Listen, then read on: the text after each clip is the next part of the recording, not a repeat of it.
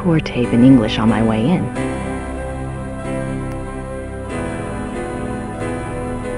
Our tour begins in the entry hall. Ludwig II lived from 1845 to 1886. He assumed the Bavarian throne at the age of 18 when his father died. Ludwig's passion was building castles. He built 3 during his lifetime: Linderhof, Herrenchiemsee, and Neuschwanstein. Plans for a 4th castle, Falkenstein, were underway when he died. In addition to his obsession with building, Ludwig also had a passion for classical heroic German mythology, a taste he shared with the German opera composer Richard Wagner. Neuschwanstein is decorated throughout with themes from these stories, most of which directly relate to Wagner's operas.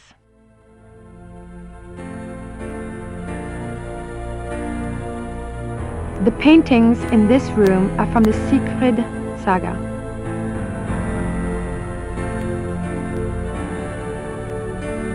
These scenes seem to tell a story, but I have no idea what story.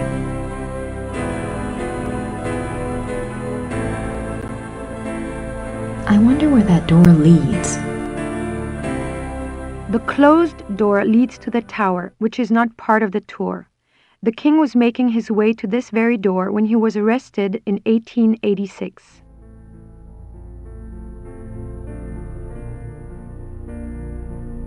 You are now standing in the king's bedroom. The theme of the bedroom is Tristan and Isolde, the tragic love story retold in Wagner's opera. The opera was given its first performance in Munich in 1865, and a 20-year-old Ludwig attended. This is probably the most elaborate and expensive bedroom ever created. It took 14 woodcarvers 4.5 years to create this room. It was this kind of extravagance that bankrupted the king. In the years before his death, he found it increasingly difficult to find money from any source.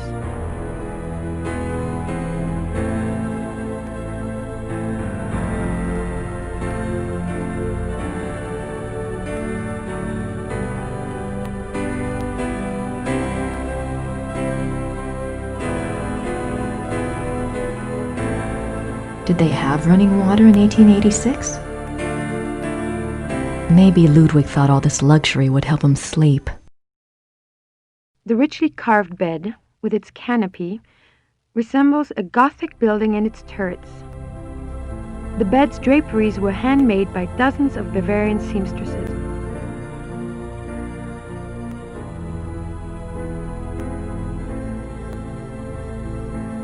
Scenes from the opera Tristan and Isolde.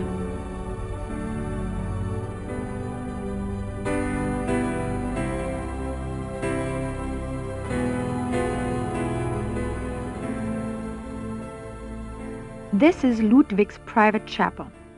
The king was a devout Catholic, as were all of the Wittelsbacher rulers.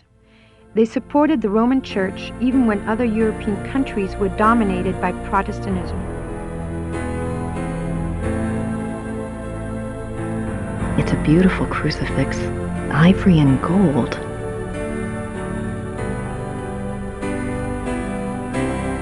A king saint? I wonder if Ludwig pictured himself that way, or maybe he just wanted to be that way. The paintings above the altar depict St. Louis surrounded by the seraphim. An interesting side note.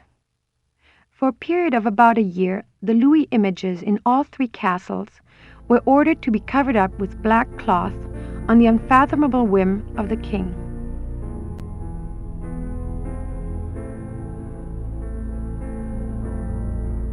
The stained glass window depicts St. Louis receiving the last sacraments.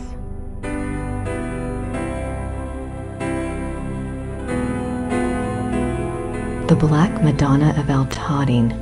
I wonder what her story is all about.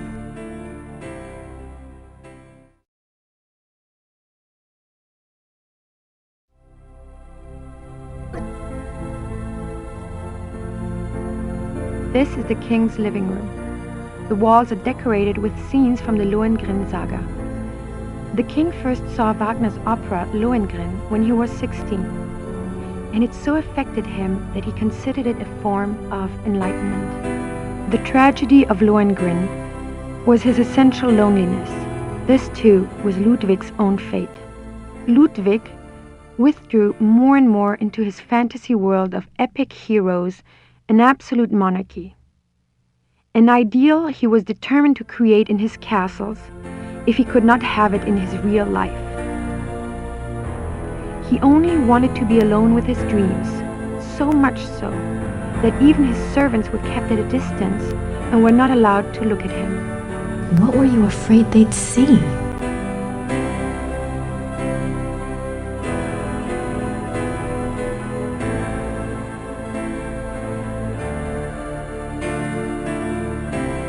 These linens look seriously expensive and seriously old. I'm surprised people don't sit in these chairs when the guard's not looking.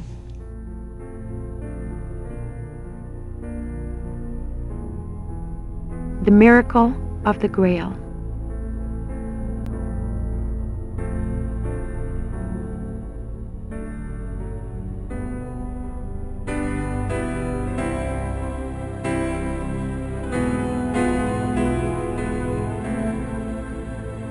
The swan motif is featured throughout the castle, but it is particularly prominent in this room. Both the swan and the lily were symbols Ludwig associated with himself. They represented his ideals of majesty and purity. The painting behind the swan shows Lohengrin's arrival. More swans.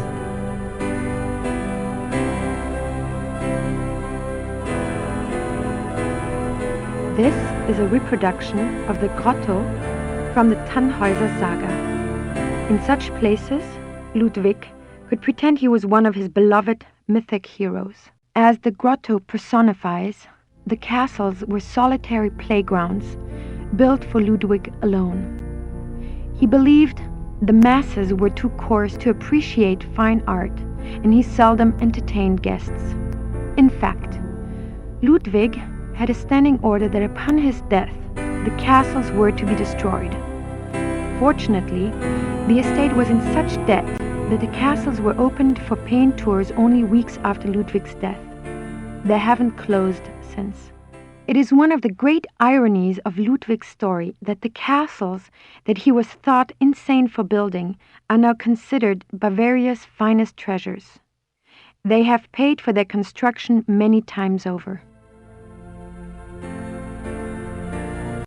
I can almost picture Ludwig in here. I wonder what he really dreamt about in this room.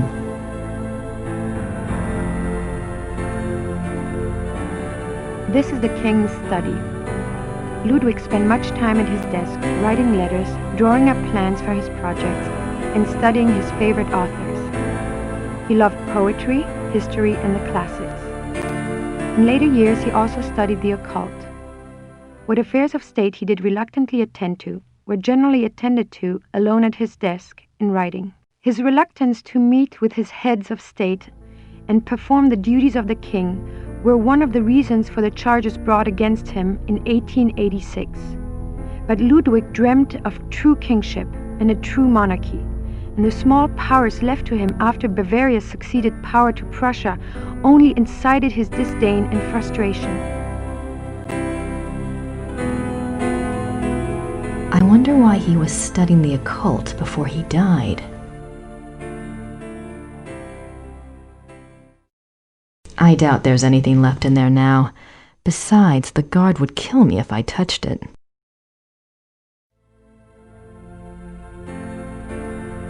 The study paintings depict scenes from the Tannhäuser Saga in the Wartburg Castle.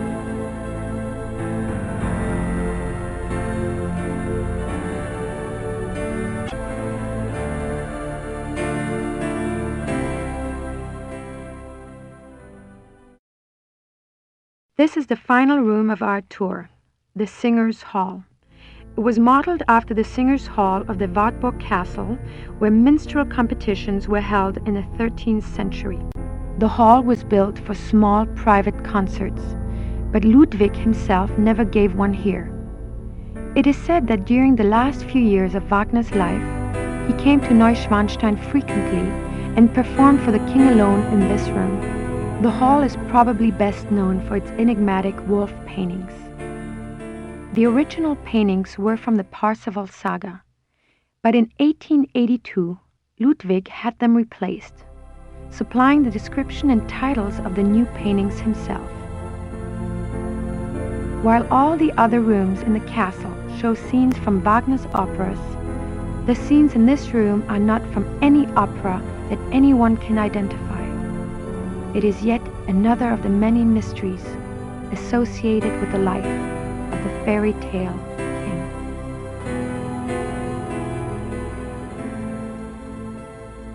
Why would Ludwig have wolf paintings in his castle?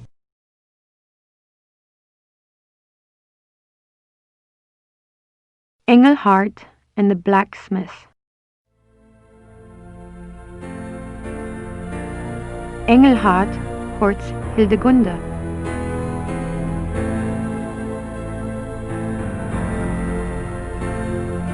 The hunters track down Engelhart and Hildegunde.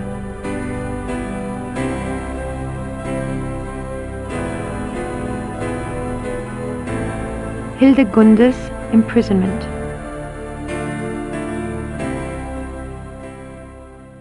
The wedding feast of Hildegunde and the Baron. The death of Engelhart.